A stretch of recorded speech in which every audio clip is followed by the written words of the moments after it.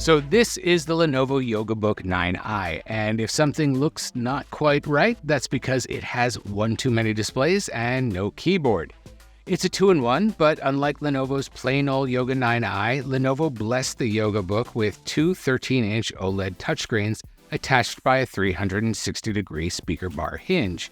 I had a lot of questions going into testing this, like what can you do with this that you can't do with a regular 2-in-1? Are two screens actually better than one?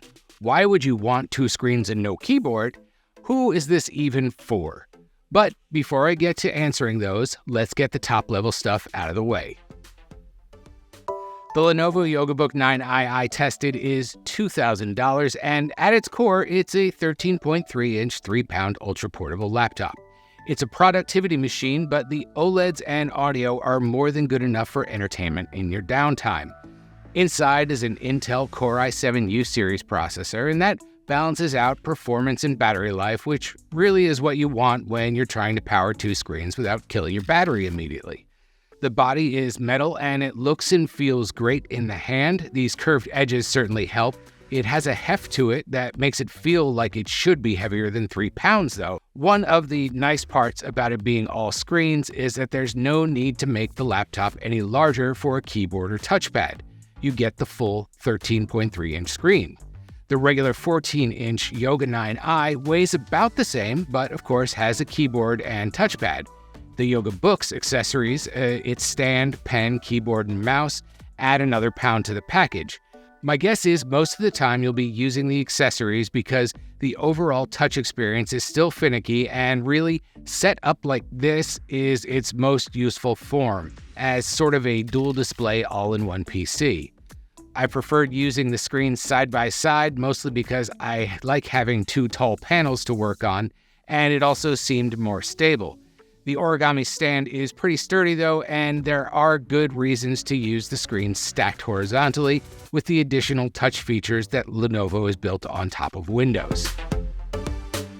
So here's where things get more interesting. Lenovo baked in a bunch of touch features to make better use and take more advantage of the dual display. So for example, I'm going to open a Chrome window here, and there we go. I'm going to go to my favorite website.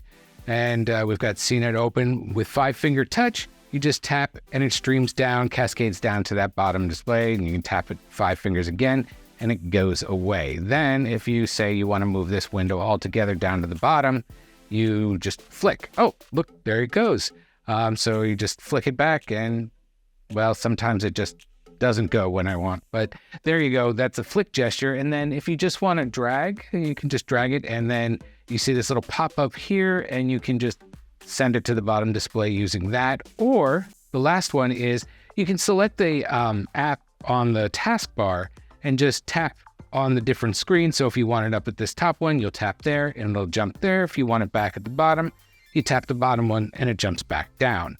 After you're done with that, I'm just gonna, nope, still can't get the flick right. When you're not going to be using the physical keyboard, you're going to take this out of the way or fold it into a laptop, and then with your 8 fingers, keyboard fashion, you're just going to tap that and the whole keyboard is going to pop up and you're ready to start typing. I'm a touch typist and I found it completely unusable, especially when I tried to use it on my train commute. If you hunt and peck, it might be fine though. There are haptics, so you do get a slight vibration, but the feel is kind of disappointing.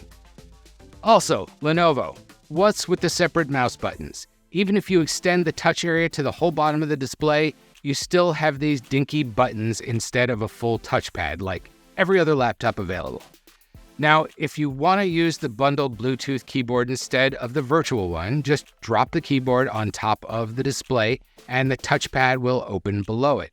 And if you slide the keyboard down, you get this notification panel and some current headlines in a widget.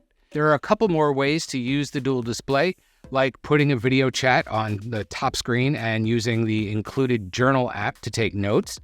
There are also some games that take advantage of the dual displays that Lenovo has included also. And there's supposed to be some smart reader functionality, but that's listed as coming soon. So all these interactions are nice, especially when they work smoothly. But the fact is, the real benefit of the Yoga Book is that you're getting another 13 inches of screen space without adding weight or losing performance or battery life, which was a surprise. So my final thoughts. The Yoga Book 9i is not for everyone, but my guess is the people who understand it, who can see how the design fits into their lives, they'll love it and won't regret dropping the $2,000. It's also extremely eye-catching, so if you appreciate people starting conversations with you about your tech, this is the laptop for you.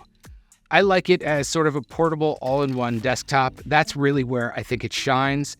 It's like having a portable display without the need to carry a portable display. But as a laptop, it kind of falls apart for me.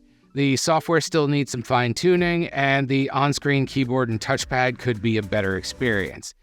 Those can be ironed out over time though, so you really need to decide if you're willing to wait or at least be comfortable knowing that most of the time you'll be using it with its accessories. You can read more about the Lenovo Yoga Book 9i and many other laptops on CNET.com via the links below, and follow us for more reviews. I'm Josh Goldman, thanks for watching, and you'll see me when you see me.